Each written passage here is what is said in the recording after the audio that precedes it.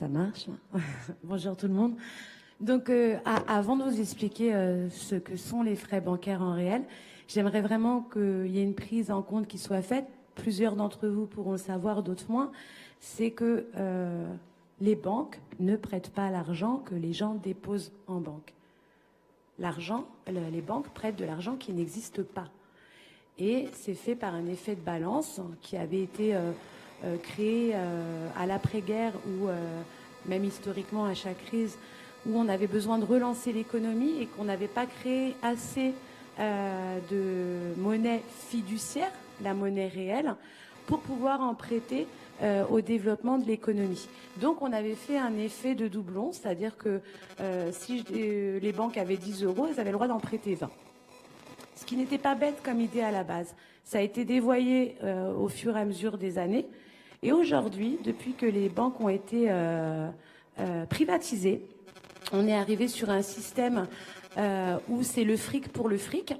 Et du coup, quand vous mettez 10 euros, je vais prendre l'exemple de 100 euros, de 1000 euros qui me parle plus, je peux vous prêter 100 fois plus. C'est-à-dire qu'aujourd'hui, quand on vous parle de crise financière et celle qui va arriver et celle de 2008, elles ont été causées à cause de ce système. Parce que quand on a privatisé les banques, on leur a donné le pouvoir de la création monétaire. Et donc, les frais bancaires, quand on a un effet de bascule, quand j'ai 100 euros et que je peux prêter 10 fois plus, et créer 100 fois plus, pardon, en fait, c'est grâce à ces frais dossiers, ces frais bancaires, vos salaires quand vous les déposez, qu'on va considérer comme de la vraie monnaie, la vraie création, mais eux vont vous prêter du faux. Donc, je rappellerai à Monsieur Macron, j'en profiterai, que les riens, ce sont les banques qui nous gouvernent aujourd'hui. Ça, c'était important pour vous faire comprendre pourquoi ce gouvernement n'ira jamais dans le sens du peuple, à savoir, pour moi, on devrait complètement supprimer les frais bancaires parce qu'ils n'ont pas lieu d'être, parce qu'on paye des frais sur de l'argent qui n'existe pas de surcroît. Donc, qu'est-ce que sont les frais bancaires? Les frais bancaires, c'est une création capitaliste qui a été amplifiée et multipliée par 1000 depuis la crise 2008, à savoir qu'avant 2008, vous aviez des frais courants, genre la carte bleue pour payer, etc., et des petits frais, les agios, un taux d'intérêt si vous dépassiez votre découvert. Suite à la crise 2008 qui a été payée par le peuple, faut qu'on l'entende, hein.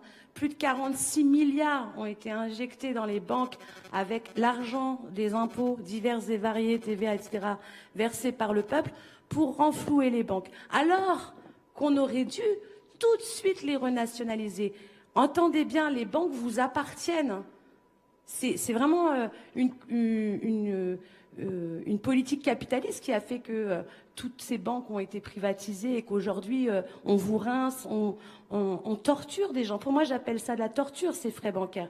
Parce que quand vous avez des gens qui arrivent en banque, qui triment, qui bossent, qui essayent de se démener, qui élèvent leurs enfants, qui essayent de... comme tout le monde, et qui se retrouvent avec 10%, moi je vous le dis, en moyenne, c'est 10% de votre salaire qu'on vous prend, qui va servir à créer de la monnaie entre guillemets fiduciaire, qu'on va reprêter 1000 fois plus aux financiers qui eux vont s'en servir en évasion fiscale, etc. Cet argent ne rentrera pas dans le financement de l'économie réelle. Donc dans ces frais, ce qu'on va retrouver, c'est des frais de forçage. Quand vous faites une carte bleue, vous allez acheter une baguette, vous retrouvez votre baguette, elle coûte 10 euros à la fin. Donc vous avez été chez le boulanger, tiens, tu as dépassé un petit peu, je te prends 8 euros de forçage. Tu as eu ton prélèvement d'EDF, c'était un peu ric-et-rac, je te prends 20 euros de frais de forçage. Tu as vécu la crise du Covid, nous, la France insoumise, les vilains méchants, on demande à monsieur Macron, bloquez ça tout de suite, c'est l'enfer. Aucun geste n'a été fait pendant la crise du Covid pour les citoyens, les usagers de banque, afin de les aider dans cette crise, puisqu'ils se sont retrouvés au chômage technique, avec des revenus en moins, ne pouvant pas payer leurs créances, etc. Donc ils ont eu la double peine, la maladie, l'effroi et les frais bancaires. Et aujourd'hui, quand vous regardez en banque, la pression qui est mise sur les employés, dont vous parleront mes camarades, fait qu'on n'a pas le moyen d'intervention. Le seul moyen d'intervention qu'on a, c'est ce qu'on est en train de faire ensemble aujourd'hui. C'est d'appuyer, c'est de taper fort, c'est de se mobiliser, c'est de lancer une grande campagne nationale contre ces frais bancaires qu'on ne lâchera pas, puisque Alexis dit qu'on a perdu. Pour moi, c'est historiquement une réussite. Médiatiquement, c'est historique ce qui s'est passé à l'Assemblée. Et vous pourrez le revoir en replay sur les réseaux, mais c'est historique, ça s'est jamais produit. Donc si on reste tous soudés, on peut y arriver. Donc ce que je voulais vous dire, c'est que ces frais bancaires, ils n'ont pas existé, ils ne sont pas légitimes, ils sont multiples et variés. Et à chaque fois qu'un gouvernement libéral a été contraint par le peuple, par les associations, à faire un pas en avant, c'était un pas en arrière en réel. C'est du blabla, c'est-à-dire qu'ils vous inventent, oui, on va plafonner. Donc Macron, Bruno Le Maire en 2018, on a eu une pseudo avancée en disant qu'on allait déclarer des clients fragiles, etc. Après, on a eu Macron en 2019 qui a dit on va plafonner à 25 euros. Je vous le dis aujourd'hui, hein, mais les médias vont vous le dire bientôt. Ça n'a jamais existé ce plafonnement. C'est faux. Je suis en banque, jamais, jamais, les personnes qui étaient victimes de ces frais. Vous voyez les infirmières qui se sont battues pendant le Covid, que M. Macron en a fait des tonnes. Ces infirmières qui rentraient, elles ont des petits salaires, elles se battent pour leur salaire. Moi, j'en connais plein qui se sont pris 200, 300 euros de frais bancaires par mois pour un dépassement de 50 euros. Et si le peuple ne se mobilise pas, on va aller tout droit dans le mur. Parce que non seulement les banques vous prennent cet argent, mais pourquoi c'est la double peine?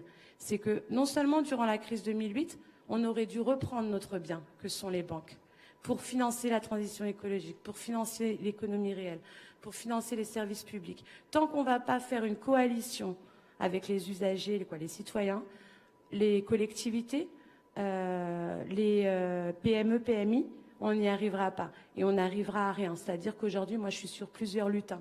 Et j'y vais parce que pour moi, ça permet d'élever les consciences.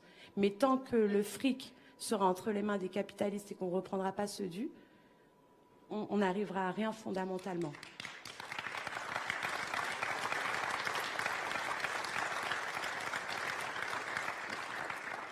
Je continuerai à développer, je vais laisser la voix aux autres invités parce que j'ai tellement de choses à dire sur le sujet, donc j'interviendrai sûrement à la fin au débat. Si vous avez des questions entre-temps, j'y répondrai, mais c'est illégitime, mettez-les-vous dans la tête. Ces frais sont illégitimes. Et juste une dernière chose sur la double peine. En 2008, ça a coûté 46 milliards la crise financière, plus 300 milliards de prêts qu'on a fait aux banques pour les sauver. Pourquoi sauver ces personnes qui sanctionnent le peuple quand il dépasse de 10 euros son compte en multipliant ces sommes par 10, en lui spoliant son salaire, en lui impactant à hauteur d'environ en moyenne 1 mois de salaire par an qu'on appelle un impôt privé? Pourquoi on laisse faire ces gens-là? On va les aider à continuer à nous spolier.